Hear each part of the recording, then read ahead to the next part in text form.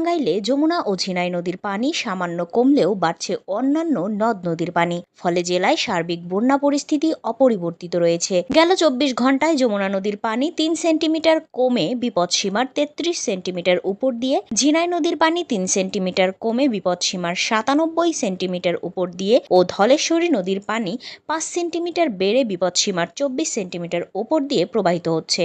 যমুনার ধুধু বালুচরে এখন যেদিকে চোখ যায় শুধুই পানি আর পানি। কয়েক বছরের তুলনায় এবছরের বন্যায় ক্ষতি হয়েছে সবচেয়ে বেশি। জেলার 5টি উপজেলার 35,000 মানুষ পানিবন্দী হয়ে পড়েছে। সোমবার পানি বৃদ্ধির ফলে পুরো চরাঞ্চল ও প্রত্যন্ত গ্রামগুলো পানিতে কানায় কানায় পরিপূর্ণ হয়ে গেছে। এছাড়াও উপজেলার বিভিন্ন সড়ক ভেঙে নতুন নতুন এলাকা প্লাবিত হচ্ছে। এতে তলিয়ে গেছে শিক্ষা প্রতিষ্ঠান, মসজিদ, মন্দির ও বাড়িঘর।